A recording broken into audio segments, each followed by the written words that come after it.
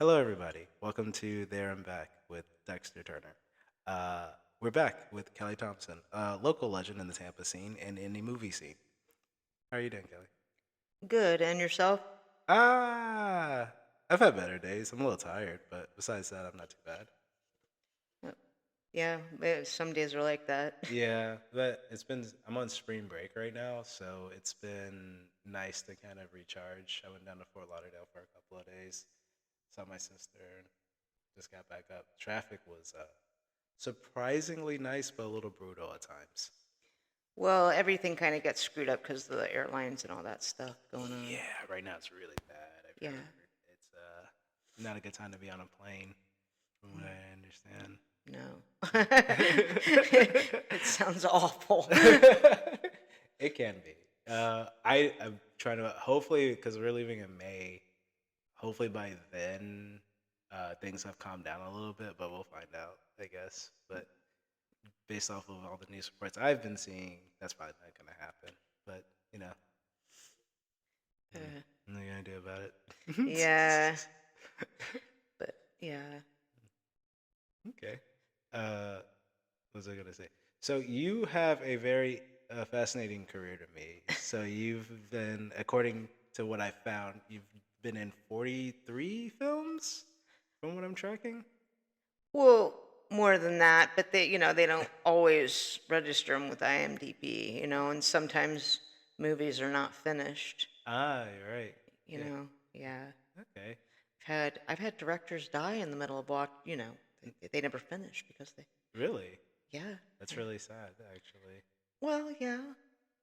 Yeah, but it has happened. One director wanted me to be naked in a lake with alligators, Like actual alligators? actual alligators, and I told him no, but he died. Oh. So the movie was never finished. Oh, that's good. So I didn't have to do that.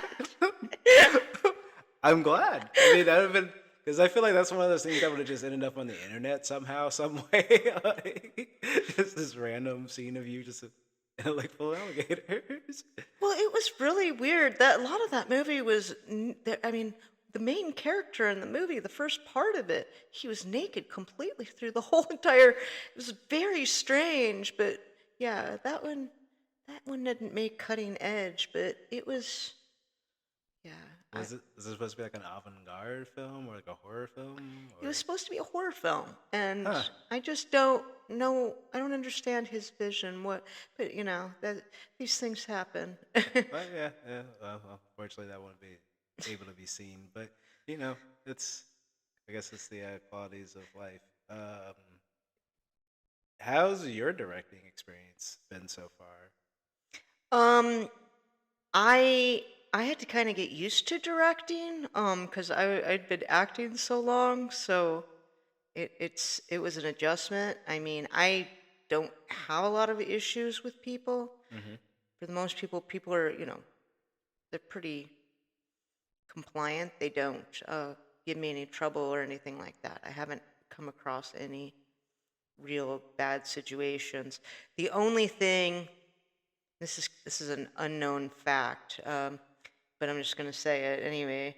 Um, I I'm a part of a set of triplets, Uh-huh. and so I grew up with two people who knew exactly what I wanted. We kind of had like a psychic link, Oh. and we wouldn't have to ask each other what we wanted. So if I wanted something Hmm. like a glass of water or whatever, my sister would know. Hmm. So in directing, you have to talk and you have to tell people Hmm. what you want. Hmm. And so I had to get used to telling people what I want. And that was the adjustment, but it was okay. Was it like a gradual thing for you, or were you able to kind of like once you like found like your way of addressing people and getting your points across, you were able to kind of just find your flow and just like stick with it? Once I found the flow, and of course, everybody's different. There's a lot of actors. You try to work with them the best that you can. Hmm. And yeah, and a lot of directors have been actors, so I mean, that they do know what it's like. Mm. That's true. I was gonna ask about that because you're really popular in like the indie scene here for filmmaking. I don't know how big the community is. So is it a lot of like, hey, I'm doing this film. Do you mind being in it? The next time I have a film going on, do you mind being in it? Type of deal. Does everybody like kind of tap each other to like help you guys' projects come to life, or is it more of a like, there's Dave. If I need Dave, I'll call him. I'm trying to find other people though, type of deal. Well, sometimes people will call you, like the movie I was just in, that was one of those deals where it's like, because I just did the B movie, Yes, yes, yes, and then yes. he was in B movie, so in exchange he wanted me to do his movie. Yeah, I saw that you like posted some photos about it. I meant to ask you about that. Yeah, that's Joel Wynkoop's Beast Mode. Beast mode. Okay. Yeah, it's about a serial killer, Oh, nice. All right. but he thinks that he is normal somehow, and so a lot of it just takes place in his imagination, and it's Interesting. yeah. So that's the so that one was like that, Mm-hmm. and then with the ones that I do, I'll call people, and I'll kind of interview them, or a lot of the times, like an actor will know of certain people, and they'll kind of, reach out to them or whatever. But most of the time, especially with plays, Mm-hmm. I always have to audition, and then with some of the the films, you still have to audition, even though you know them. I mean, that's fair. At least they're being, yeah, I guess, fair about who they're trying to take in, which I can appreciate. Well, I think sometimes they already have in mind what they want, Okay. I think that's when they do castings, but like a lot of a lot of the times when I've done something, yeah, I've just called around and then kind of interviewed people and then tried to see how and then some people I already know, so I don't really have to do much except send them a script. Oh, that's not too bad. Yeah. Okay. Um, so your primary focus right now is B movie, right? Like that's the one that you've been going around town recently with, trying to promote. That's the one that might get you into Paris, yeah? Yes. Yes, Yeah. yes, yes. Okay. Yeah, the Kelly Thompson's B movie, Mm-hmm. and that's just basically about a group of friends they're trying to make the best B movie that they they can make, and they come across all these problems. I love it. Eh, I mean, yeah, of course I love it. I'm in it. What was I gonna say? That's your 10th film, right? yeah, yeah. Okay. So the first one was Assignment, which is Talisman. I was trying to make like the worst movie ever. Okay. Yeah, it's still on YouTube, but it's the technology back then wasn't what it is now, so that's the only place it can really set aside from on DVD. But I I went out to make this movie, and I thought it was supposed to be like Killer Tomatoes, Okay. and it backfired, and Oh no. and so the people in Tampa were like, "Oh my God, who made this? This is a great movie. My God, who made it? It's trippy, but it makes sense, and it's okay, and it's good." Mhm. And so then I was like, "Well, I did it." And then one guy from Ben's Talent, I don't. It used to be here in Tampa. Okay. He contacted me through another actor, and it kind of, yeah. And then they asked me to make a second one. I made a second one, but that really didn't go anywhere because they went out of business. Oh, that's unfortunate. So, Is this gonna be a sequel to the Talisman movie? yeah, it's on YouTube too. That one is, and it's actually a really good movie. I mean, it's just a shame, some of these, that filmmaker went out of business, and then I don't think Ben's modeling is still around either. I don't think so. Oh, that's upsetting. Yeah, they What? were they were an Ybor. Oh, then I definitely don't. I don't know personally. I haven't seen anything in regards to modeling or talent agencies in Ybor in quite some time. So who knows if I'm being completely fair with Yeah. you. Um, what was the idea for the sequel? Did you have like a general idea or concept that you were gonna go with, or are you just gonna kind of just throw things at the wall and see what stuff? Well, I mean, I mean, I made it and everything, but Oh. yeah, I mean, we finished it, but and it sits on YouTube. But basically, it was, she saved the world from mass destruction in the first film, Mm-hmm. but she did it wrong. So now she has to destroy the world instead, and then recycle this other alternate universe, because there's like several worlds in one world, and that's kind of how. Yeah, some of Oh. my movies are like that. I like the sci-fi stuff. Oh, sweet. No, I think that's awesome. I've seen, I can't say I've seen all of your films, but I have seen a few. I know I watched Tinkerman, and then I saw the multiverse film as well. I know of Lefty Lucy, but I haven't sat down to watch it just yet. Okay, yeah, that's about the Uber driver, and that won a lot of awards. Like I've got 6 awards for that one. Really? Yeah, including I was best actress, Nice. um, best woman film, Yeah. um, directed by a woman, Oh, that's and yeah, that was the big hit. That nice. yeah. Like, put your name out there, Yeah, and I mean I got like an actual crew that time, really. which Mm-hmm. was they were very helpful. They were like they do their own movies, but I mean I was able to get like somebody with good equipment to help me and things like that. That's awesome. What was the inspiration for that one? Was it just kind of something that kind of just hit you, or is it something that came from a real experience? If it's not too personal, of course. Well, I've I've been an Uber driver and it's not really that exciting for the most part. Nothing really happens. It just doesn't.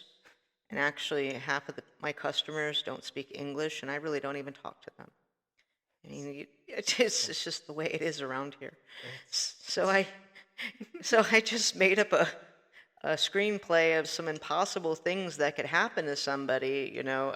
This woman Uber driver who's working third shift.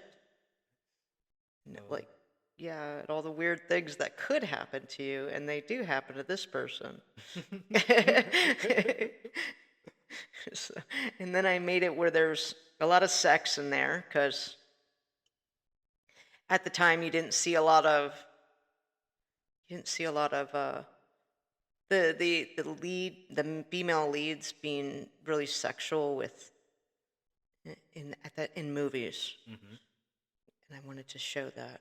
Okay, like being more of like the initiator. Yeah, more of the initiator. Yeah. That's a very good point. I think that's I want to say that's rare, but I can't think of two movies off rip where that does happen. So that makes sense. I like that. Yeah, you do see it like some with the more lesbian, Yeah. um, stories, but like as far as a woman with a man, usually it's not like that. No, no, and that's very yeah, no, that's true. Because I was just thinking about like Nosferatu, even like that, like whole scene, even that wasn't even really initiated by what's her face, Rose Depp's character. It still took Nicholas Holt to initiate the sex scene, which is weird because the whole movie centered around her and her journey through navigating and fighting evil. But that's what it is, I suppose. Yeah, I mean, everybody has a different way of doing things. I just wanted to, and that was like the first time anybody made an Uber movie, I think. But, it's an indie, Hmm. and nobody, I mean, I guess there's been a few people who made Uber movies since, but Yeah. yeah, but it's The not quite like what I did, where it was just kind of crazy. a whole adventure out of it. Yeah. Okay, I like that. When it comes to like the acting side of like the film scene, has there been like roles that you've really adored over others, or if they all kind of hold like a special place in your heart when it comes to like being in film or even in theater? Because I know you do that as well. Um, I well, I like certain things about each character I've played, Hmm. but a few of them, no, I mean, there's a few of them that were the ones that were too close to my personality. Those were not as not as challenging, so I didn't enjoy doing those parts as much because I like to do something more challenging, that's away from my own personality. Because yeah, like then Kelly Thompson's B movie, Hmm. that character is completely opposite from me. I do not act bubbly and she was just so cheerful and so happy about everything. You say that's not a good representation of you. Well, I mean, I'm just more of a realistic person. I don't really. I mean, she was totally obsessed with her husband, and that's great and everything, but I mean, that's what she was really all about. She wanted that happy ending. You're drawing a lot more from a fictional inspiration on that Yeah. part. Okay. But I mean, but in like, when I wrote I told you about Violet's Prey, and Hmm. that was like a vampire movie, Yeah. and we did that during COVID, and I drew from Buffy the Vampire Slayer because nobody made the reboot. Like it was like 20 years, and nobody made the reboot to Which Buffy. is really surprising too. That I think about it, because we live in like an age right now where there is so much remakes, reboots, requels going on that they don't even want to touch Buffy. Well, yeah, and then they did do it, but then Hulu didn't like the pilot or whatever happened there. I guess whatever's leaked in the media is leaked in the media. We really don't know what happened with that, but but I'll tell people the Buffyverse. It's like, well, yeah, I'm an independent filmmaker and I made something kind of in that Buffyverse. It's not exactly Buffy, but there are indie filmmakers who do make stuff kind of like that, and Hmm. so I mean, but that really sucked. I was Well, at least you bummed. have your film, right? Was that a fun one to film? I know like during COVID things were like a little challenging for some people. Yeah, it was pretty fun to film because we didn't have as big of a cast, Hmm. and so and it actually turned out really well considering there's only like 5 characters really.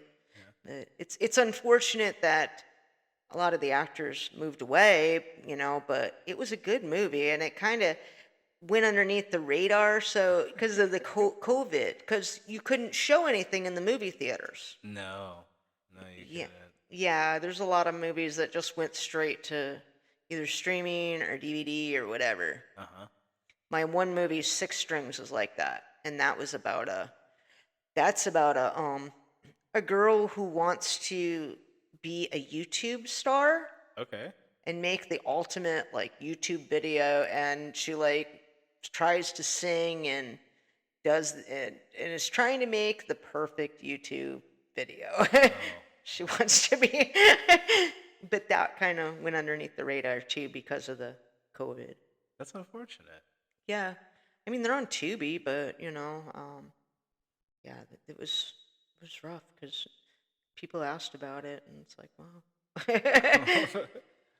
For for that one, was that just something that came to you as well, or is it something that like you pulled from once again like real life? Was it just like, oh, everybody's trying to be a YouTube star? Wouldn't it be fun to do a movie about that? Or Well, um, I mean, I pulled a little bit from my real life because I do open mics and I'll go play my guitar around town, and actually people know me for it now a little bit. that's good. But but Like at that time, the Lady Gaga Mm-hmm. movie had come out with Bradley Cooper. Oh shit! What is that fucking film called? Oh my god, it's gonna kill me.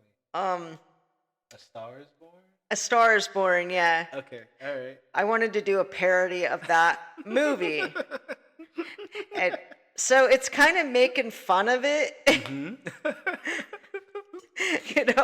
of these people that they've got talent, but I mean, yeah. So it's yeah. I mean, I pulled from what I know. I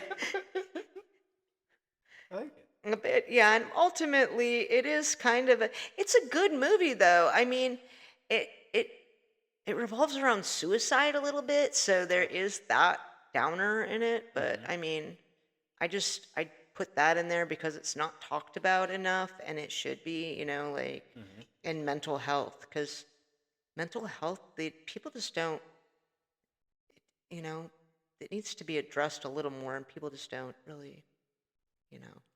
I could see that. I often like to think that people's mental health has gotten better over the years, but I think it's because I live or I surround myself with people who are aware of mental health and the challenges that it faces.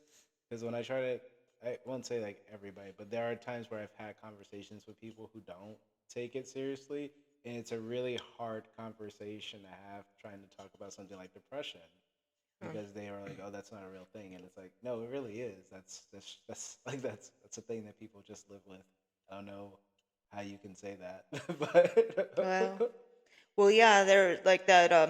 Well, that movie that I did a while back, The Nine Lives of Bryce, hmm and that's about a guy who collects a bunch of cats and decides that somehow eating these cats is going to make his life better, and being secluded in the woods has given him this illusion that his life somehow will change if he reads this self-help guide.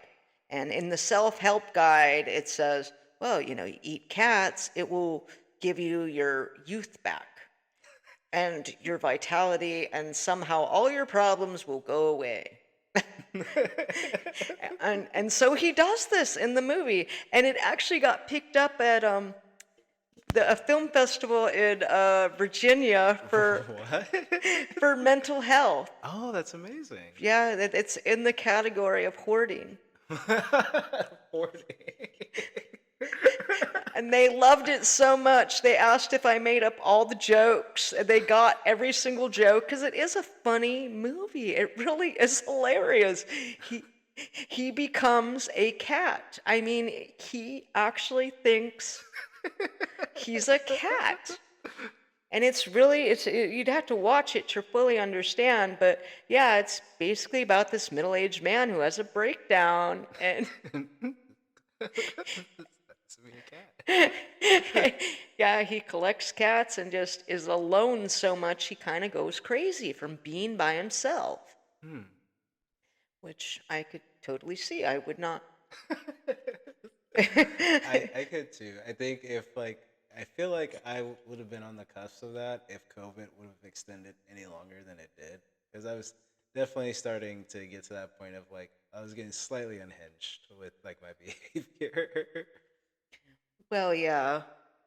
And then when everything got back to normal, everybody got so used to not going out, hmm and it became such a norm that now people don't go out as much as they once did. Yep. Yep, yep, yep. Yeah, because it was a norm, which, yeah. Yeah, and uh, I think there's going to be. I think the long term effects of that are still yet to be really seen. I've talked to a couple of people about that. It's like there seems. I feel like that people's behavior pre and post COVID are like a complete 180 from each other. Like I remember having like a lot more pleasant conversations with strangers before COVID, and then post COVID, it's been very sparse if there's a conversation at all, and other times it's sometimes it's just really aggressive, or people are just very combative.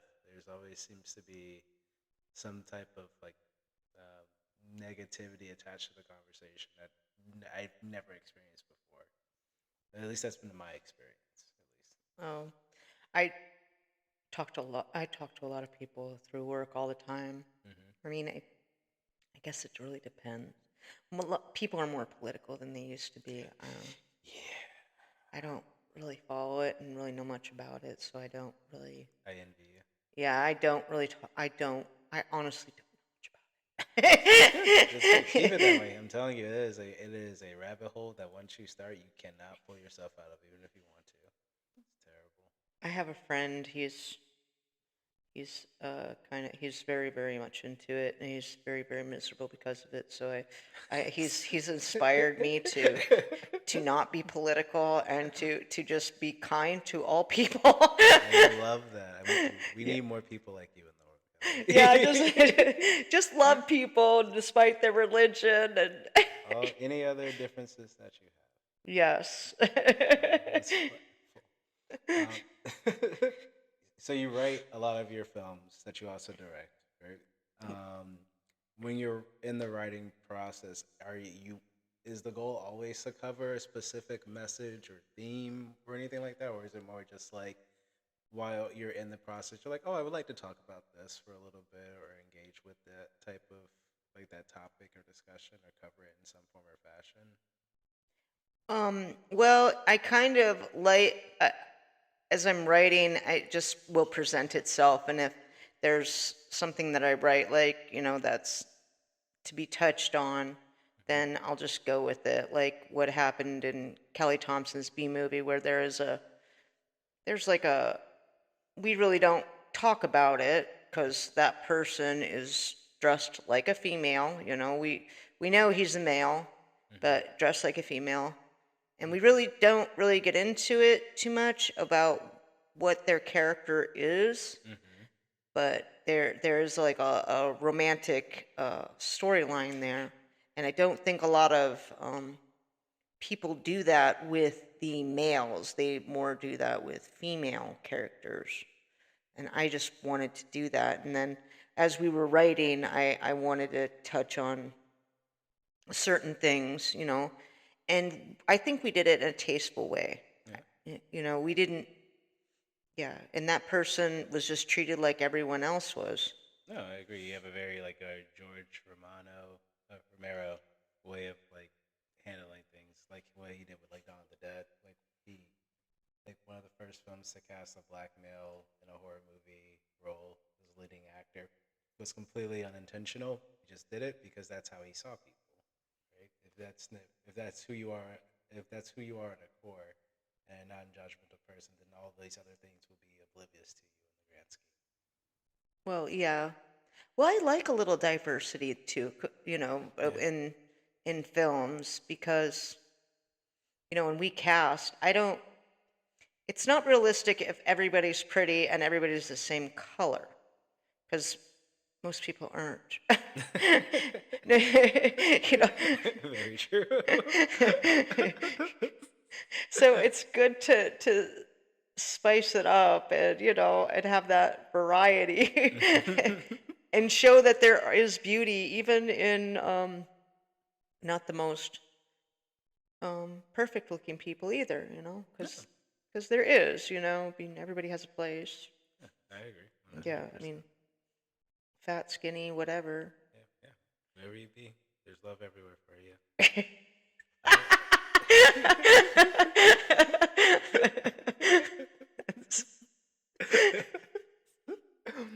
All right. I'm sorry. No, you're good. It's great. It's just the way you said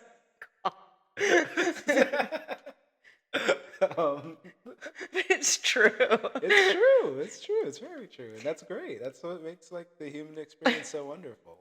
I've noticed a lot about men, and I've talked to quite a few men, and I've gone out with a few, and talking about you going on the where you were saying, everybody deserves love, and the bigger. Yeah. From what I've been told and what I know, a lot of men like a little more a little more weight on the butt and That's the and the breasts. that's valid. Yeah, that's very true. That's why you have ass men, and that's why you have tit men, and you have the guys who are like me who love it all. So. Well, yeah, yeah. I was just, but I just that's what I was reminded of when you said that. It's just like, yeah, because I, because I hear from even like the bodybuilders that I've gone out with. They're like, man, I don't want to go out with another bodybuilding girl because she's so skinny and she has no boobs. And there's like nothing to her. We need to go out with regular girls who are like, who eat and stuff. I mean, I guess that's fair. Like I don't have like too much experience in like that specific realm, but I do work out, and when after like a really good workout session, you want to eat, and sometimes you want to pig out, and it would be slightly frustrating to like go out to like a restaurant with somebody who's like, yeah, I'm just gonna have the salad. Like what? You just showed up to this like 5-star barbecue place and you're gonna have the salad? Like really? Come on now. Like what are we doing? That's true. And men like to watch you eat. That's a thing, really? Well, yeah, they like to cook for you, and they want to see how they did. And That's true. That's true. I make breakfast a lot, and that's like I don't. I think I'm not like a great cook, but like breakfast is where I throw down. And there's like okay, certain meals that like I'm good. Like I make a really good like beef stew. okay, Like I take pride in like certain things that I can make. Like I can make like a good Philly cheesesteak and things like that. Philly cheesesteak is awesome. Right? Like oh yeah, I can't beat them. Like No, no, it's like the best. yeah, I perfected my technique too. It took a while, but then I don't use mushrooms because that's gross. But Really, you don't use mushrooms at all in them? no, onions and green Yeah, peppers. those are good. Yeah, those are my go-to, and a couple of other spices. Like I'll throw some like slap your mama, a little bit of garlic powder, onion powder, salt, pepper, the usual stuff. And then it's all about um, the marinating of the meat prior to, and then like how fast you cook it. And then I also use like the Hawaiian rolls. That's my personal favorite to give like a Okay, nice yeah. contrast to it. Um, but um, it's I love it. But yeah, no, I do. I definitely will be the person. I won't eat until like I'm watching everybody else eat. And then like it's like as everybody else is like, oh, this is really good. Then I'm like, all right, cool. Yeah, yeah, yeah. So I get it. I imagine some women are like that too, right? Like if you cook, like you want to make sure that you do like a good job. Well, yeah, yeah. I went out with a guy one time. He wouldn't let me cook for him, Whoa, and then it was a big issue for me. what? Yeah, because I like to cook for people. So, yeah. You wouldn't? Was it like a personal thing, or is it just like? I have no idea. I don't know what his deal was. I don't even know if he ate, honestly. It was, I mean, he it looks like he ate. You just didn't want the pleasures of a home cooked meal. I guess not. That is an odd request of somebody. I've heard some things from like a lot of my friends on the opposite side of the gender spectrum, and that's the first one for me. Not wanting you to cook for them. That's crazy. I had to fight with my ex-wife to cook for her. Oh, really? Yeah, she was just not used to it. She was like she's like the men in my house. They don't cook and they don't clean the dishes. And I was like, well, I do both of those things, so I don't know what to tell you. Oh, I yeah. was like, I mean, if you don't want me to, that's fine, but like, don't expect me to just not do them because you don't want me to. Right. Like that's a weird, and that was always like a weird like tizzy that we get into every once in a while about stuff. But you know, Yeah. so hmm, dating is weird. Dating can be um, what was I gonna say? Like, th- so when relationships, right? When it comes to those aspects, I don't want to.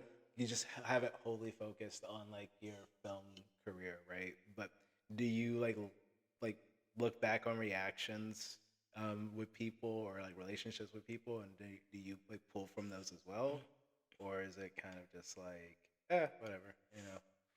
I mean, in creating things, I have not pulled too much from my relationships. I mean they're fictional stories, Mm. so I mean, And there's truth, there's a little bit of truth to every story. I mean, you do get inspiration from somewhere, Hmm.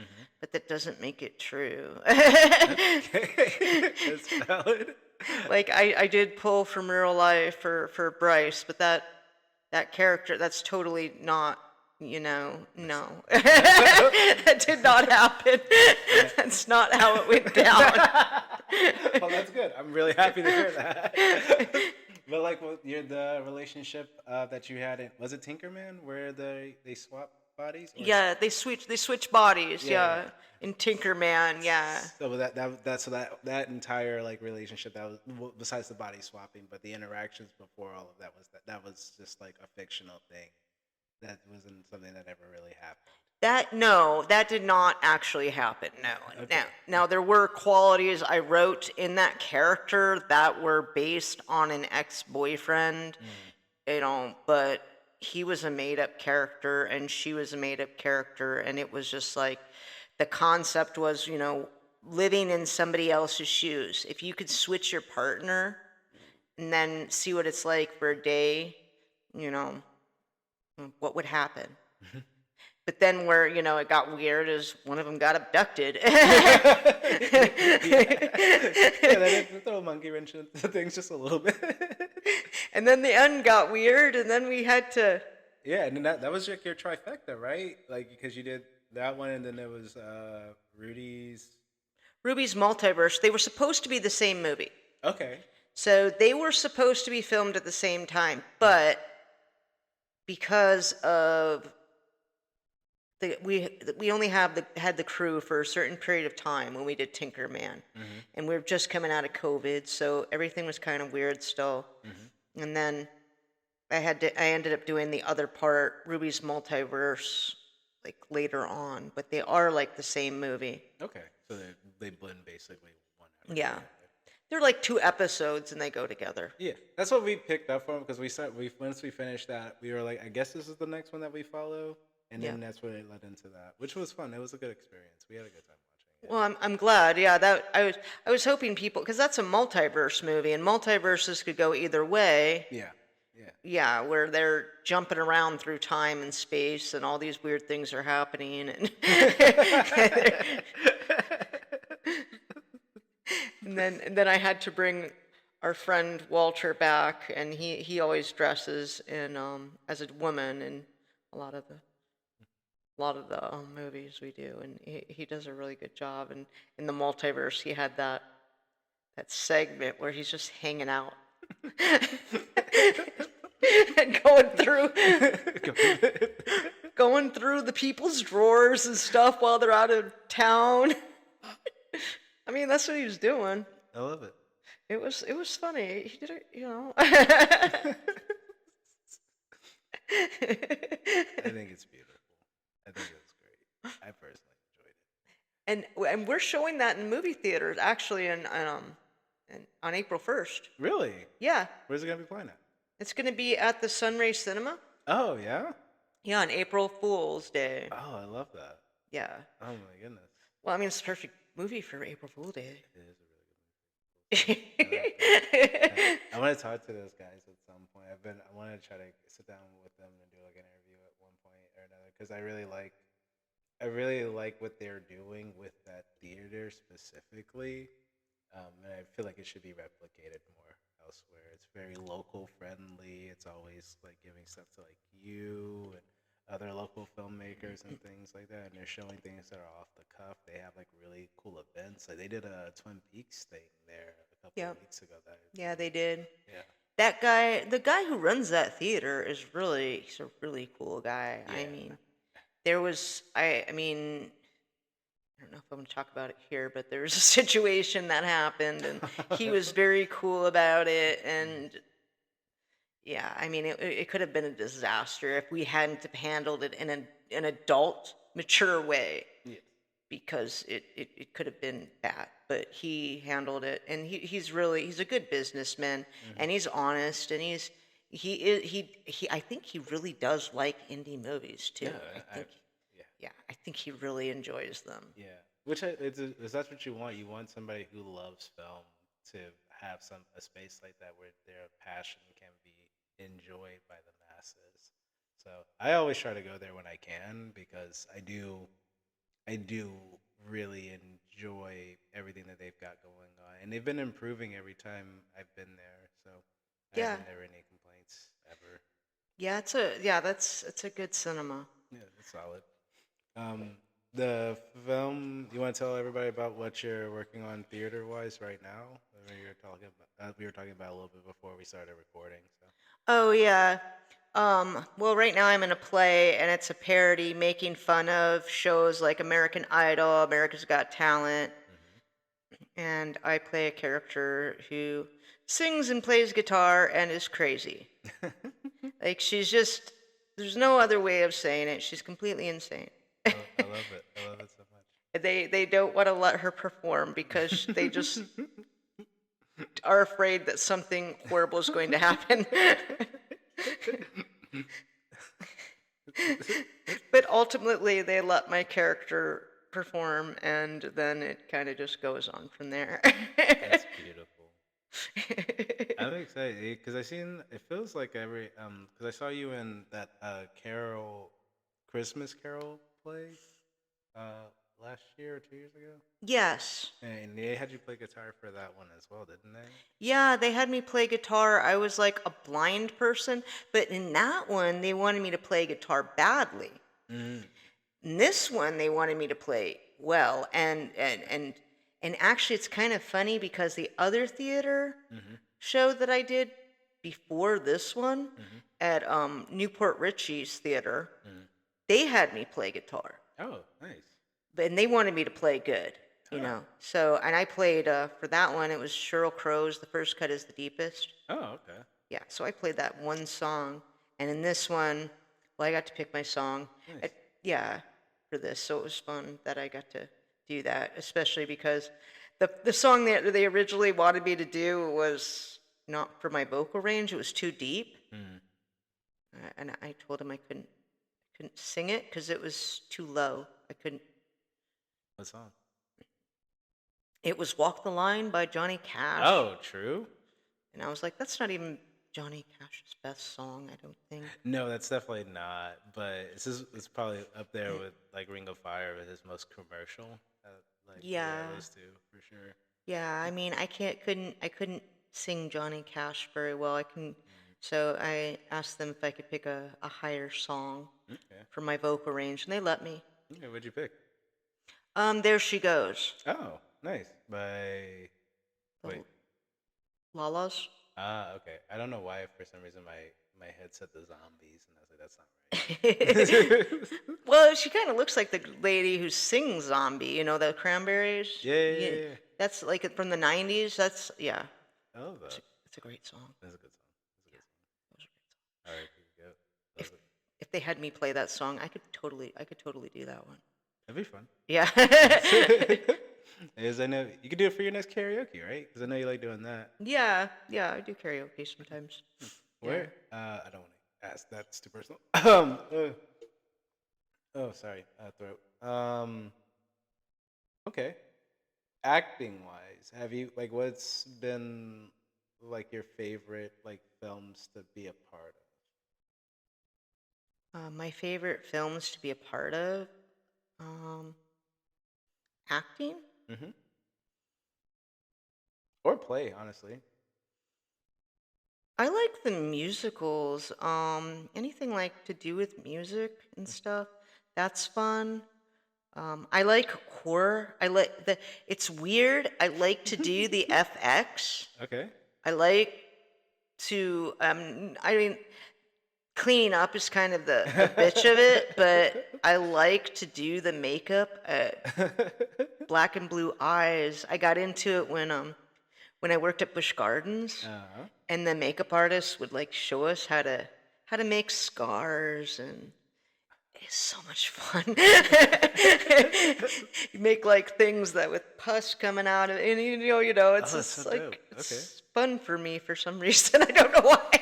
I know this sounds odd. No, not even a little bit. It sounds like it should be fun for everybody. I did a zombie movie like in high school once, and we had a friend come in who was really into makeup, and they did like this huge gash across my face, and then we found like this piece of like plexiglass. We put it into the scar, so it looked like there was like a piece of glass coming out of my head. Oh, that's cool. Yeah, right. I loved it. I was like, that's so dope. So no, I totally understand. It's great to make believe. What? What do you mean? Well, yeah, yeah. Hmm. And I've been a part of a lot of, quite a bit of, some movies around here. I'm trying to think of my favorite genre. I mean, I like the horror films, Mm-hmm. but the comedies are really fun to do. Yeah. Um, I mean, they just are. I like comedy and doing anything with those. Um, Drama sometimes, you could get lost in it Yeah. if you act in a drama, and then you can. But comedy is more of a challenge. Yes. Yes. Yes. Yeah. Because you're trying to get a reaction Yeah. versus like a drama where you could just present the art as it is, and then however people react to it, that's how they react to it. Yeah. And I tend to myself, if I do a production, I'll do like a dramedy. It's not, There's no. and I'll make fun of myself because I don't fear that. I've made enough mistakes in my life that I could totally make fun of myself and it's okay. Mm-hmm. Because despite, popular belief, everybody realizes when they make a mistake or they mess up, it's not like they don't know. Oh, goodness, what's happening right now? Oh, no, he can wait. Um, put it on Do Not Disturb. That's just my dad. He can wait. Oh. No, you're good. So you mentioned like the horror films. So what kind of what horror films have you been a part Well, the first one I started out with was American Holocaust, of? Okay. All right. and that was more of a gory. Mm-hmm. Because there's a difference between gore and horror, and that was more of a gore type Okay. thing. Which I didn't know movies like that existed Was too. it like the ones that are like focused more on like the torture aspect of it? Mm-hmm. Oh, okay, yeah. So those types of films. Yeah, yeah, yeah. Yeah, and I didn't even know those types of movies existed at the time. It just wasn't something that registered. And then I did one, and it was like, okay, I took my mom to the premiere. My mom couldn't handle my death scene. Oh no. Like the death scene was much too graphic for her, and she cried, and it was just an issue. Oof. It was a thing. I thought maybe it was cool. Oh yeah, my mom wants to come see it, and I didn't realize, and I should have viewed the movie first, because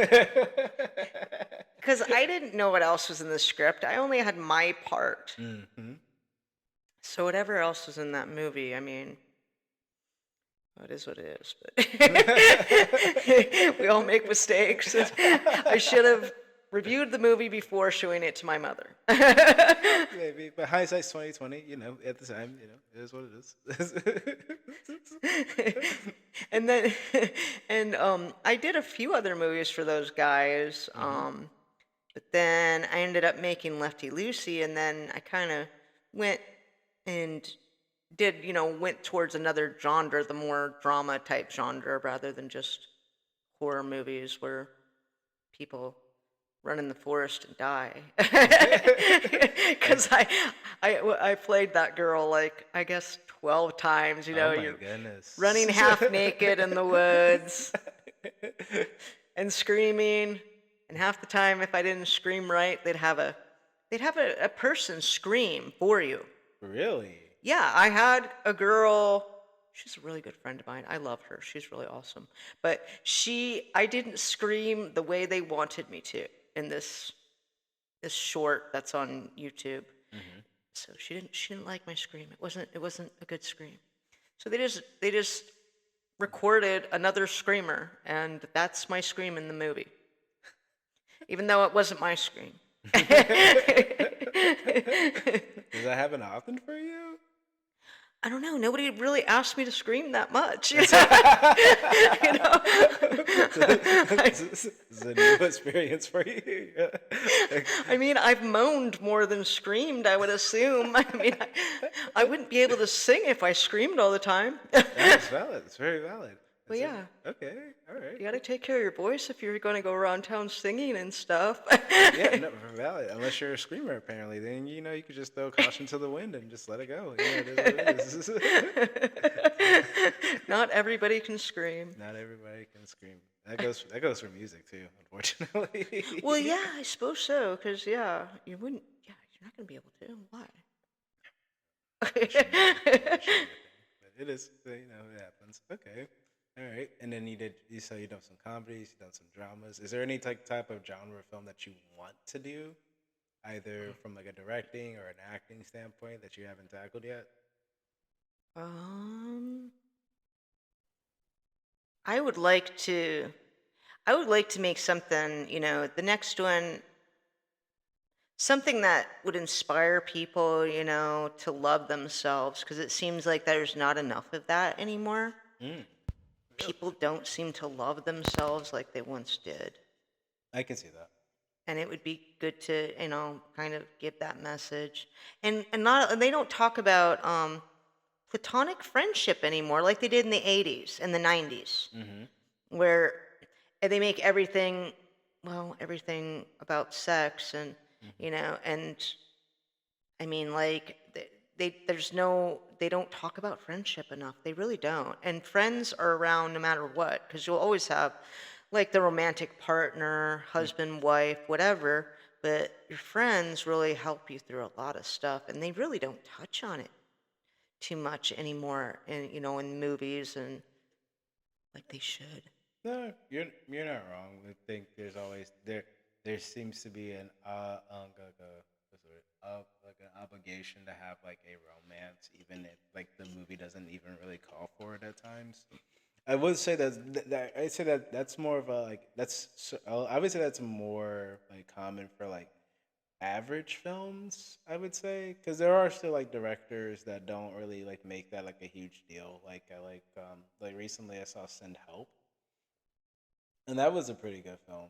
And they were like, for a minute, they even like teased the idea of there being like a romance, but luckily, Sam Raimi was able to kind of like hint at it, but then go the complete opposite way, which I appreciated. Well, yeah, because not every story has to revolve around that. I mean, unless that's what you're making. Yeah. But I would, I wouldn't mind making like a romantic comedy making fun of, like, dating and stuff, because I have a lot of bad dating stories. I think that'd be a wonderful idea. Hell yeah. Yeah, and make it, yeah. I mean, because they're I mean, there's so many of those movies out there, the romantic comedies, Mm-hmm. but you know they're fun. I mean, and we all watched them, the dramedies, and they're always so stupid. And to make a real, I mean, I'd love to act in one of those Christmas Hallmark movies. Oh yeah. Yeah, even though they're really stupid and predictable, it would be so fun. It's like the lady has given up on love and all this stuff, and she goes to her little town, wherever she came from. And then it starts snowing because there's always snow. Yeah. She leaves the city and she's with somebody. She's actually gonna get married or something. And then she goes home and she finds out what real love is. Yeah. And he's always wearing plaid. And he never has a job. He doesn't do anything. That's that could also be you could also be describing a Tyler Perry film right now too. Oh yeah. Yeah, he does the exact same thing. I love Tyler Perry movies though. I just saw one that he made on Netflix and it was really good. It's like the old guy. Oh, his persona, the other one. Yeah, the one that's not Medea. The one that's not Medea, it's Yeah. her brother, and he Yeah. like takes his grandson on a college to go to his college or whatever. It's really good. It's actually really funny. I have a weird like relationship with Tyler Perry. I liked his stage plays a lot more than I have ever really enjoyed many of his actual films. Oh, okay. Yeah, so and like I know he writes and directs all of his films, and he is a a hallmark of like what you can do if you stick to your guns and like if you just keep doing it and then your passion can reward you and stuff like that. But I also feel like some of the stuff that he creates is not very realistic to some of like what I would call like the black experience or the black community. So it's like a very conflicting character to me. Well, that one movie that he did with what was that movie called? It was really good. About the woman who robs the bank. Oh, with Regina, was it Regina Hall? No, I know what you're talking about. That one just came out and it was very recent. So good Yeah, though, yeah, and that was pretty realistic. yeah, yeah, yeah, yeah. That whole situation, and that tapped into mental illness Mm-hmm. and some traumatic experience, something horrible that could happen to a regular person, and that person can just snap. Yeah, no. He has some gems from time to time. I won't ever say that like he is like an awful like creator. I won't do that to him. But I feel like for every like really good thing that he does, like that film that we were just talking about, there's also like a bunch of there's like Medea's goes to jail, and then I'm just like, why? Why, man? Like you clearly have some talent, and like you have the ability to make really good, thoughtful art. You have this amazing studio in Georgia that everybody knows about. It's top of the line, but you're still over here making Medea goes to prison. Yeah, Like, okay, come on. I like Medea, I mean, but there are a lot of Medea There movies. are a lot of Medea movies. I saw the animated version. That was pretty good. There's an animated version? Yeah, it's on Tubi. It's on Stop. Tubi. Yeah. That Medea's on house arrest. I can't.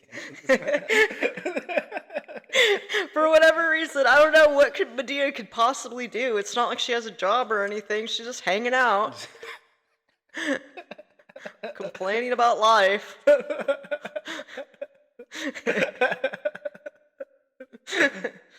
Oh no. I might have to hate watch that. I'm not sure. It's good. It's like actually funny. I mean, Tyler Perry made a cartoon, which is awesome. You know what? I can't say anything. Again, like it's nice to see like him branching out and stuff like that. From like an artistic, from like what a person who like appreciates art and artists. Like I admire his workmanship, his craft, and everything that he does. I think it's very Yeah. impressive. That doesn't mean I can't be critical of some of the stuff that he creates. Well, yeah. And you're not gonna like everything that somebody makes. I No, mean, it's not for everyone. no. Uh, We make low budget films, and half the time it's like, the audience just expects this to be, and we do pretty good. I mean, we do. It looks great. yeah. I have no complaints. Is that ever like a fear of yours that you have when you're like making any of like your productions that it's not gonna get received very well, or does it not matter? And I don't care whether people like it or not. I don't do it for them. that's good. No, I love that. Yeah, I mean, yeah, I do it because I like to do it. If people like it and they get something out of it, that's good. I'm glad. I'm glad that it was able to help them through whatever horrible thing that they were going through, because sometimes that's all people have, is they have that escape, Hmm. and you help them through whatever is going on, and that's like the reward of it too. Hmm. Let people, because not everybody can tell those stories. Sure. If everybody can do it, they would do it, but. Yeah, that's fair. No, you're doing something that I've heard many people talk about, but you're one of the few who actually do it. Yeah, and being a girl and doing it around here is kind of, Yeah, I well. remember you brought that up a couple of times. It's like, so are there not a lot of female directors in like this area or scene or everything like that? Not really. I mean, I've heard of a few, but don't see a lot of female filmmakers in Tampa. Mm. Most of them are boys. Yeah. Yeah, I'm sure that, and there's a lot of men that are supportive towards the women, but I mean, I just don't see a lot of, women um, doing it. I don't know why.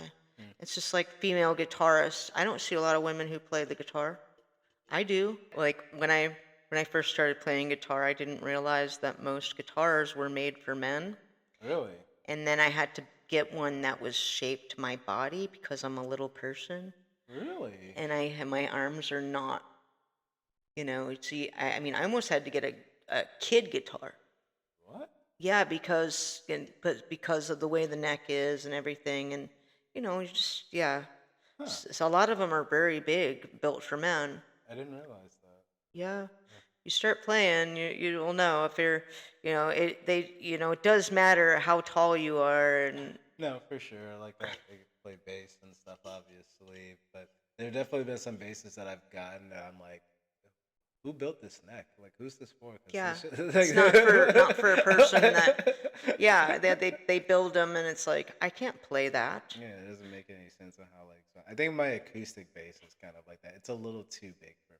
It's great. I love it to death, but it's definitely a little big for me. And I know who I got it from. I know that person was a rather bigger individual, so probably for them it felt great. But for me, it's like it's always been like kind of a struggle. I always usually end up just thinking like the mid range of the area because going all the way out to the top doesn't feel fun. It's true. Yeah, yeah, I can relate to that. It's just yeah. You have short arms and stuff. Yeah, you gotta have something that fits. It's valid. It's valid. Have you been writing music, or do you just like play covers and stuff like that? I write music. A lot of the movies that I've made, that is my music, I love it. and I'm singing there. I mean, B movie. Mhm. That at the end, I wrote that song, Mhm. and somebody else is singing it, but I wrote the B movie blues, made it up, and Love it. and Love it. then I play. I do we do a little segment, Yeah, yeah, yeah, yeah, yeah. where it's like that was a cover from like a short cover from somebody else, but yeah, I write and I'll perform songs. In the Nine Lives of Bryce, Mhm. I did those songs. I did the song in the multiverse where Alexandria is going through the house. That's me. And Lefty Lucy, when she's listening to the radio in the car, that's me. Wow. And I'm singing along with the song, and that's the Easter egg. It's yeah, people don't know that. Yeah, Oh, that's amazing. I love sing along to that. something that I made up. I love that. But yeah, they're like those are little Easter eggs because I'll go to a recording studio because it's just easier to do your own if you can do it. Not Mhm. everybody can write a song. No, that's true. I've dabbled with it a little bit, and sometimes like a song will come a lot easier to me if I don't have any intent, if I don't really care.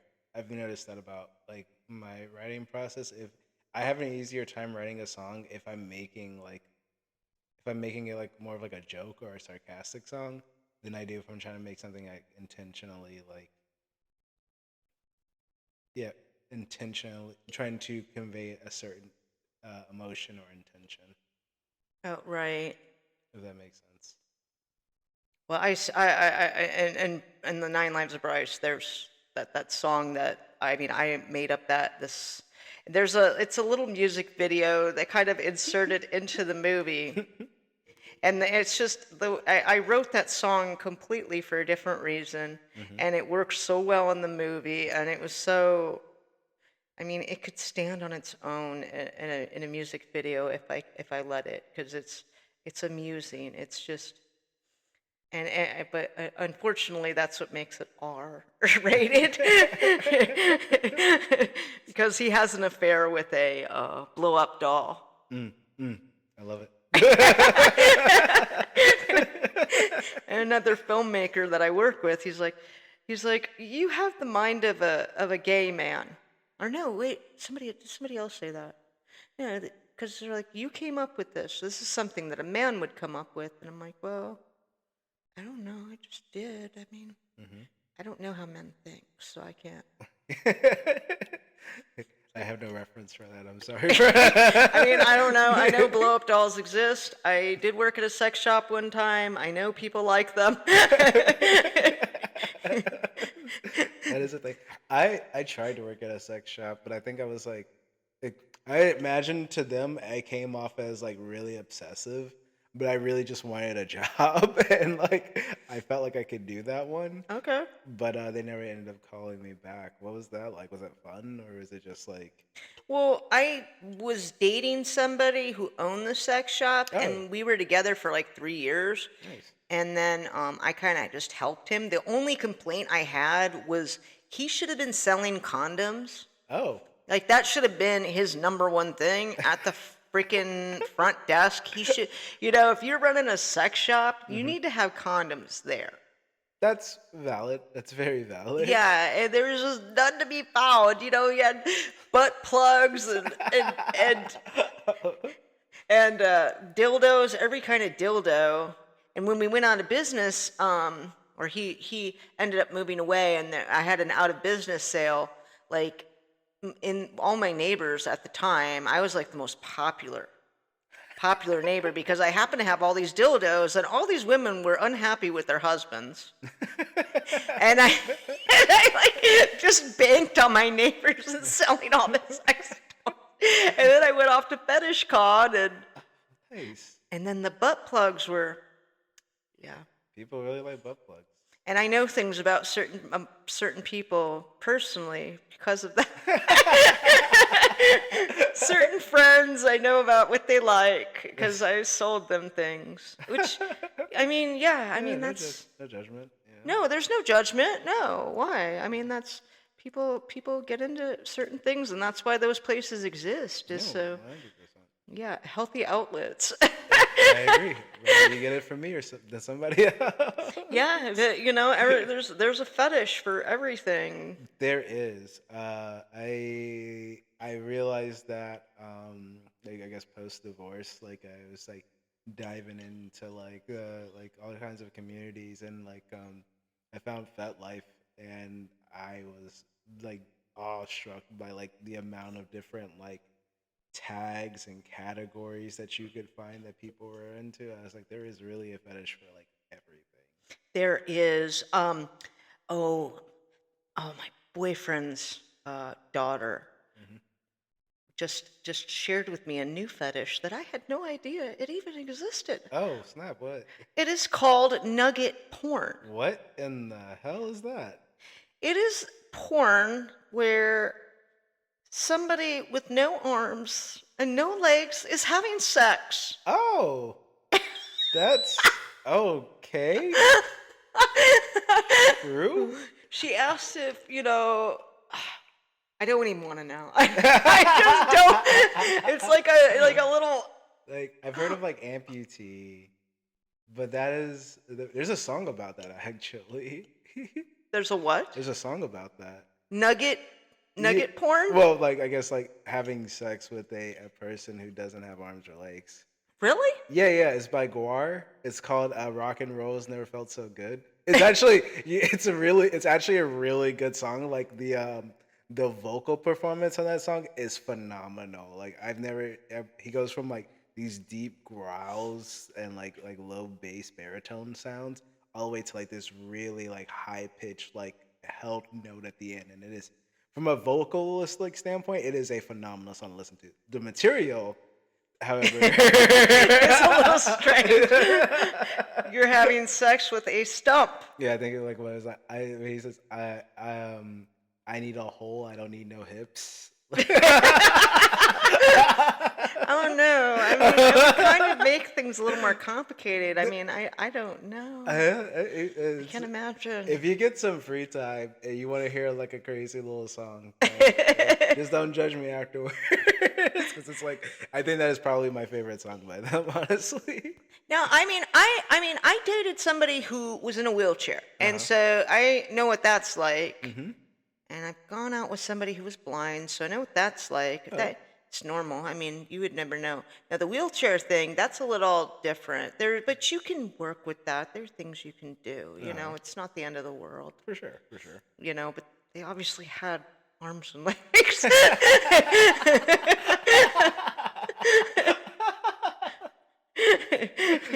mean, the legs didn't work, but you still could do Of things. course, of course. I think I met him through Busch Gardens. I did Hollow Scream one year. Yeah, Yeah, yeah, yeah, that was a long time ago. But yeah, I don't know. That is so strange. that is Some people that. are into. There are some things. Yeah, there are some things out there. I'm like, man, that's. I mean, okay, hey, I don't know how you got into it, but I'm glad you found it. I'm happy for you. Yeah, like, have you ever seen Dying for Sex? No, what is that?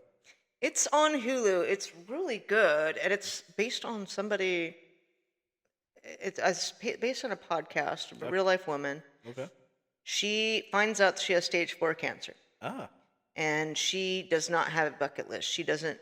But there's one thing that she always wanted to do that she'd never been able to do, Mm, and she was married and everything, and still hadn't done it, mm. and that was have an orgasm. Oh. So she never had an orgasm. So before she dies, her quest is to have that orgasm. Oh. So she like has sex for with 200 men Shit. and gets into some of these fetish things Mm-hmm. and gets into the fetish world. And from what I'm told, because I don't know much about the fetish world, I really didn't tap into that too much. But from what I'm told, they do a pretty good job at getting into certain kinks that people have. Huh. Fascinating. Yeah. I have to check that out. That actually sounds pretty cool. I just saw a recent movie that just came out called Philion, and it covers a like the biker BDSM gay community. Oh, really? Yeah, That's interesting. it's got Alex Skarsgård in it too. That's an interesting take. I've never even heard of. There's a gay biker community. Yeah, You don't really hear about that like very much. Judas Priest. Uh, You know the lead singer for Judas Priest? I can't remember the guy's name right now. I feel like I'm butchering okay. it. But that way he dressed up, that's from like that community. Like the leather, like Okay. that's all from like that type of like that gay or Huh. from that like that area of that the subsection of community. That's what made it. He's the one that kind of like brought it out to the real life, and made a bunch of guys were like, "Oh, that's really cool and awesome." But meanwhile, he was like, "Yeah, that's just how we dress over there. Like, yeah, that's why you get like leather daddies and stuff like that." Okay. Yeah, that comes from like that area. Oh, okay. I guess I'd never really thought about it before. Yeah, yeah, You just always see all these.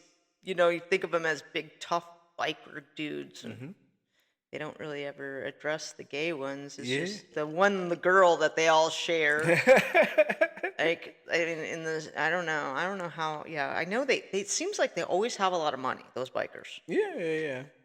So yeah, some of them do. Some of them that kind of just depends. Most of them are pretty smart. At least I think so. Well, it's an expensive hobby. Yeah, yeah, yeah, yeah. I So mean, you gotta have some kind of cash flow to do it. So, but yeah, it was a beautifully done film. I actually like by the time we were done watching it, and I was like, man, I have to buy that because there is very few films that will ever like put me in that world where not only did I feel like at points uncomfortable, but so engaged at the same time. Right. Yeah, like because they had like I won't like tell you like everything that happens in the film, but there's a scene where they all go out to they go out to like a lake for like a weekend endeavor, and it's a whole group of them, right? Mm-hmm. So you have like the doms, and then you have like the subs, and at one point, literally all of the subs are like they're handcuffed and they're just laid out on the table with their asses up. And the whole thing is that like when the doms are like, sitting around talking at any point when they feel like just like getting laid, they'll just walk over to their sub and just put it into them. Well, that's yeah. I've heard of things like that. I mean, um, there's certain like the nudist resorts around here. Yeah. Not all of them cater to the swinging or the sex parties or whatever. Really? But from what I've been told, there are like groups who do like the sex parties or whatever. Mm-hmm. I was invited to one once, but I did not go Okay. because I did not know the person, and I wasn't going to do that if I mean, why go into that if Yeah. you don't know the person? Yeah, it's a very odd invitation to just throw out to somebody like that. So Yeah, somebody you don't know, and mm, it's like anything could happen. You're very vulnerable. yeah. Probably don't have clothes on. Yeah, no, probably not. So yeah, Yeah, yeah, yeah, that's fair. but I've heard from people, some of the things that'll go on at those parties, and there'll be like different fetishes, like somebody. There was one lady around here, around Tampa. She would just get hired to spank people. Oh, That's all she did. I love it. And she like got paid a lot. She Yeah. had a flock and everything. She'd come out to Busch Gardens and flock people. Really? Yeah, she was some sort of dominatrix, and this was her specialty. She'd go out to the Renaissance Festival and do it. What? Yeah, these people would just pay to get spanked. That's insane. I wonder if I ran into her. That's interesting. We I don't. don't know. Yeah. That's pretty. I mean, that's cool. I dated a woman once that she wasn't she was like a telephone like dominatrix. Like Okay. she had like clients that she do like a lot of like online calls and stuff with and like act out stuff and do things like that. Like she said she had this one client who was like the mayor's aide. I don't want to say what city, but he was like a part of his aide, and she was like, yeah, like she was like 3 nights a week we have appointments, and he dressed up like a woman, and I would just throw insults at him while he like touched himself, and I was like, word, okay, cool. But Hey, that's something that show that I told you about. They kind of get into some of that. yeah, Yeah, where sometimes it's just a turn on for certain people, I guess. no, yeah, for 100%. It's Yeah. again, no judgment. I I totally, mean, no, no. I mean, and it just, yeah. There's I was talking to somebody about tickling, and some people they love to be tickled, really. but I never really got into good tickle. I never really cared for being tickled. I, I know I hate it at times, but I've never like gotten anything like sexual out of it. Like it's never No. been something that I'm like, oh yeah, that gets my rocks going. So, like, I just know somebody who just loved to tickle their partner, and I really did never understood it. I, I do it from time to time. Like it's fun. Like especially like if we're like, sitting around the house and you don't have anything to do and you're just like poking fun at each other. Like having a nice little tickle fight can be fun. But Oh yes. yeah, but again, not in the sense of like again, this is turning me on. Like it's just yeah, Yeah. I don't get that. Yeah, I mean, yeah. But, to each their own. I'm just not a very ticklish person. Oh, true. Okay, Yeah. lucky. You're very lucky. It's taken me years to be able to go and like get a pedicure and not laugh. It was something I had to hone, and even still, like I have to focus really hard on not doing it. Really? Yeah, Oh. I have very ticklish feet. Like it's my feet and my armpits are like the two like real like bad spots for me. I think that's common for a lot of people. Like my sisters are like that. Yeah. Yeah. Okay. Luckily, I don't let a lot of people touch my feet, so usually I'm usually in the clear most of the Well, yeah, yeah. time. Yeah, I've been around a while. I don't even know if people know my real age. I think some people have figured it out. Some people haven't. There's like, what the hell? I mean, I did work at the Renaissance Festival. That's where I met you. Yeah, yeah. I remember we worked at the Ren Fair that one year. But do you remember what happened to that one guy? Um, The guy who had a weird accent. no, no, no, no, no, no. He was so because the first year that I met you, we were all selling tickets, right? Right, yeah, for the Queen's Tea. Yeah, yeah, yeah. But there was that one guy who showed up like midway through, and he only stayed for like a month, and then he left. He was the one who used to talk a lot. He had like a long hair and everything like that. Oh yeah, he thought he was Jesus. Yeah, yeah, yeah, yeah. Yeah, he was really hot until he opened his mouth. Yeah. He started a cult out in California. Did he? That's what I was told. He thought he was Jesus. Yeah. Like, he actually legitimately came to me, and we're trying to sell tickets for the Queen's tea. Oh my goodness. Yeah, that guy was a riot, dude. I loved like I think like it was like a year later, like I was talking to somebody because he was a son of one of the actors there. And I was like, yeah, what happened to him? He was only there for like a month. They're like, yeah, he got his first paycheck and he used to move out to California. And then I was like, oh shit. And apparently like from there, like he started like a little cult group thing that he's in charge of. I don't know if he's still doing it, but that's what I Holy heard. shit. Right? That's what I was like, wow. And we worked with him, Yeah. like, and he thought he was Jesus. Like, he told me. And because I thought he was cute, and I was just hitting on him, like, because he was a good looking man. But, he starts talking, and I'm like, all we're trying to do is whatever the Renaissance Festival wants us to do. I'm getting paid to sell tickets. Like, You're not- I don't even know if half of the actors at the Renaissance Festival really cared about what Jesus was doing at that time. All we were doing was putting on the show. That's it. That's all we were supposed to do. You over here doing the most. Like, that was great. I mean, I didn't even know what happened to that guy. I know his father got sick and had cancer and stuff, and he lives around here, so I guess I knew more about that. Yeah. Because he, like, stayed with the Renaissance Festival, his father did, for a long time. Until he got, I don't know what happened to him after that, but yeah, that's really weird. We worked with that. Yeah. Again, I don't know how true that is. This is all alleged. I want that to be understood. But Well, he thought he was Jesus. I do remember he was a little bit off the rocker. I remember that 100%. So. Yeah, I talked to him quite a bit, and then I wanted him to shut up because it was so bad. I didn't know. He was very delusional, and it was just. It was a lot. Yeah, it was a lot to take in. It's like, dude, all we're here to do is sell the Queen's tea tickets and like do our job. I mean, that's what we were there. We were there to make fun of people, sell beer and cigars. Oh goodness. Have you been to the Renaissance Festival recently? No, I haven't been there. I haven't been there in a few years. I mean, Dade City's a little different than what we did. Yeah. The magic. Yeah, it's not the same. I don't. For me, it isn't either. Like I go out there at least once a year for it when I'm in town for it. But every time I go, it's always I kind of walk around for a little bit and then I just kind of go, all right, cool, and then I just end up leaving. Like I don't end up staying very long. I'd maybe 2 hours max. Do like a couple laps. I don't even know anybody there anymore, so it's kind of Yeah.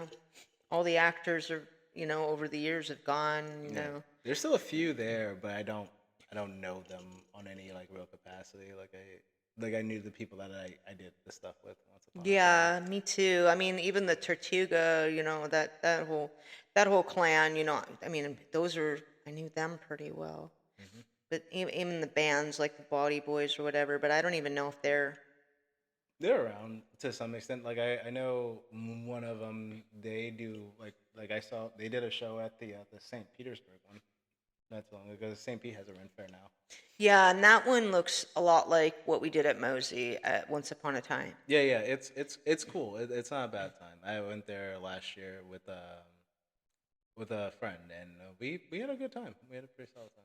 That would be one to check out, just because it seems like it looks like a few of my friends got cast into that. I was gonna say you'd probably run into a lot more people from like the Mosey days over there than you would probably from the Dade City. I know there's a couple of guys that I remember from the Mosey days over at Dade City, but it's nowhere near the same capacity anymore.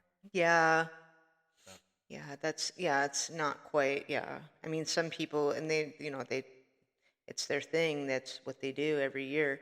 I enjoyed it. I liked doing it when I did it. I mean, I did it for a long time. Yeah, I wish I could have, but I ended up enlisting, so I got like a year, and then by the time the last year came around where I could do it, I ended up falling out of it because I had other things going on, and I was like, I really want to spend my last months in Tampa as a civilian working the Renaissance Festival. I'm like, nah, I don't think I should. So, Yeah, I mean, and it's a hard show to do. It's hot. oh yeah, yeah, yeah, It's miserable. You've got to wear those period pieces. And I love it. It's yeah, awesome. It's a great time. yeah. But it's also like you're against the weather and stuff. Oh I yeah, mean, it's a grueling experience. It's not for the weak of heart, especially when it starts raining and you're just out there and there's nothing yeah. you can do about it. That's But it. those, I have to admit, like, things like that probably saved my life Yeah. because, those hard times in your life that people just don't know. Hmm. And then you have that outlet and those people, and it like saves you from, you know, Yeah, for sure. when those sad, like, because people just don't know, Hmm. that they need, it's good to have that community and, and sometimes, when you're having a hard time, it's just good to have that distraction. And I did thank the director who ran that show, and I admitted to her some of my personal like struggles that were happening while I was doing that 8 years of bear or whatever. Oh my Because goodness, yeah, you were there for a minute then. Holy yeah, I shit. was there for a while, and Wow. it wasn't all, there's some stuff going on, and I did it for a reason, it was like an outlet. Yeah, Yeah, yeah. so when you're having a hard time, it's good to have that. I agree. And and then you meet new people, and For those sure. people you probably have nothing else in common with them except that you like to do those things, Yeah. Yeah. but it's still all right. Yeah, yeah, I think it has a good place in the world, and I do miss the Mosey days. I do hope that the people who are doing it now over in Dade City are having just as well of a time. Yeah, and hopefully there it grows and it becomes. Yeah, yeah, yeah, yeah. I Yeah. hope so too. I know one of the guys who like owns a comic book store. He owns it out in St. Clearwater area. I know he still does it regularly. So there's still a few people here and there. So Yeah, yeah, it's just I mean, I had to go find a job and make money and stuff, and yeah. then it kind of that my weekends were no longer free. Yep, and that's basically I feel like that's what happens with a lot of people. It's like hey, I don't have the luxury of being able to just do every weekend at the Ren Fair. There, and plus for me at the time too, I was doing Rocky and Ren Fair, Oh, geez. so there Yeah. was like no sleep happening. I think there was literally a night where like we got an hour and a half of sleep. By the time we were done with Rocky, got home, it was already like 4 in the morning, and then we had to wake up at 6 in the morning to drive to Mosey. So there was you like closed your eyes for a second and then blinked and you had to get right the fuck back up. You're just like, okay, well, this is my life right now. So, I had to do that with Busch Gardens, and I was a stage manager for this. Well, I would do the Easter bunny, and I've actually dressed up in the bunny suit, so I've dope. actually yeah. Not one of my greater moments, but No, yeah, I put on the freaking bunny suit. Was never Santa Claus, but you get to be the bunny. yeah, I was the Easter bunny. And it's hot in that suit, and it's hard to walk in. Yeah, I got to be like McGruff, the crime dog Oh, once. sweet. Yeah, I don't know. Like because they were just like, hey, do you want to do this volunteer opportunity? And I was like young, and I was like, yeah, sure. I don't got anything else going on that weekend. So they like, yeah, show up in like khakis and a black t-shirt, and I was like, okay. So I show up, and then they're like, all right, cool. Here's this trench coat, and here's this hat, and these gloves, and I'm like, what the hell's going on? They're like, you're gonna be McGruff the crime dog, and I was like, oh. Take a bite out of crime.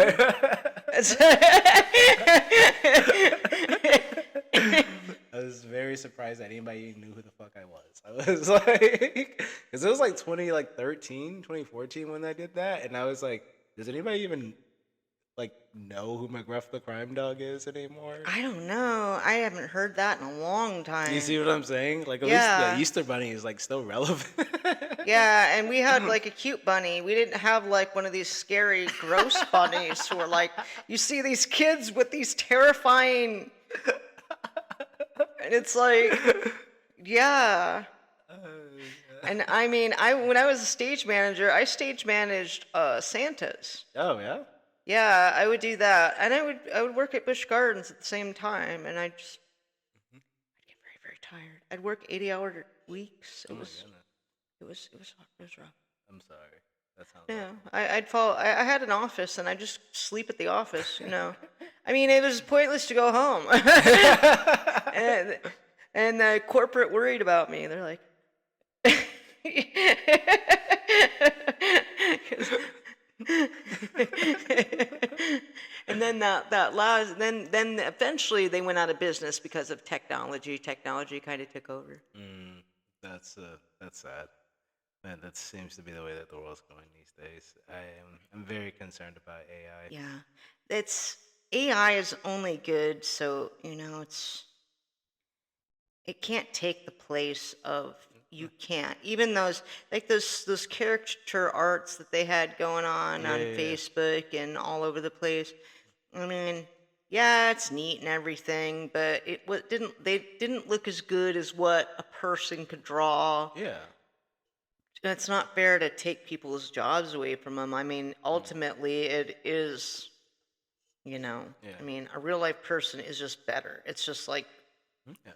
yeah, You it's should. like a dildo versus a real life sex partner. Facts. Yeah. I mean, one can only do so much, you know. Yeah, it's like, yeah. I hate to put it down like that, but it's true. It's valid. No, you're not wrong. You are not wrong at all. That's, No, you're good. That's great. That's a great analogy. yeah, because I mean that's what most people could relate it to. I don't think not everybody's a computer person, so Facts. You're not wrong. We'll yeah. we'll see what happens. I think once the bubble pops and people lose a bunch of money, it won't be as pushed as hard as it is right now. We just have to wait for that moment to happen. I know it's gonna come. And it's gonna come pretty soon. So I'm just waiting till then. I'm just kind of biding my time. Well, So yeah. I just don't appreciate like them trying to take over actors' jobs and singers. yeah, it is getting a little out of hand with like a lot of that stuff. I don't. My whole thing about all of that is like I don't see what the point is. Like, why are you gonna go through all this effort to like replicate talent that you can find literally anywhere? It doesn't make any sense. No.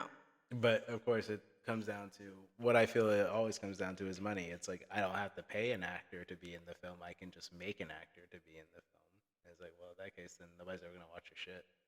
Well, no, because nobody knows that person. Nobody cares. Yeah, exactly. And they're not going to support it because they're just like, okay, well, why should I watch it? Yep, and that's why that Timberland guy got into so much trouble last year, is because he went on like this huge like push to have like a legitimate just an AI artist. Like he like straight up just like made like some fake woman and like tried to push her out to be like an artist.